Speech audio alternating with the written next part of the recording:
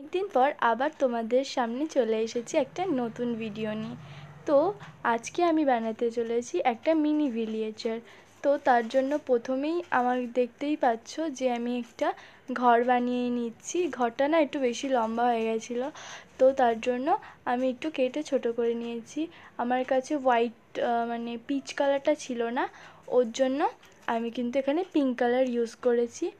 দেন দেখতেই পাচ্ছ একটা কার্ডবোর্ডের উপরে গ্রিন কালার আমি এইভাবে লাগিয়ে নিয়ে আর আরেকটু জায়গায় আমি কিন্তু ব্লু কালার দিয়ে পুকুর টাইপের করে নিয়েছি। দেন ওগুলোকে আঙুল দিয়ে আমি ঢেউ ঢেউ টাইপের করে দিয়েছি।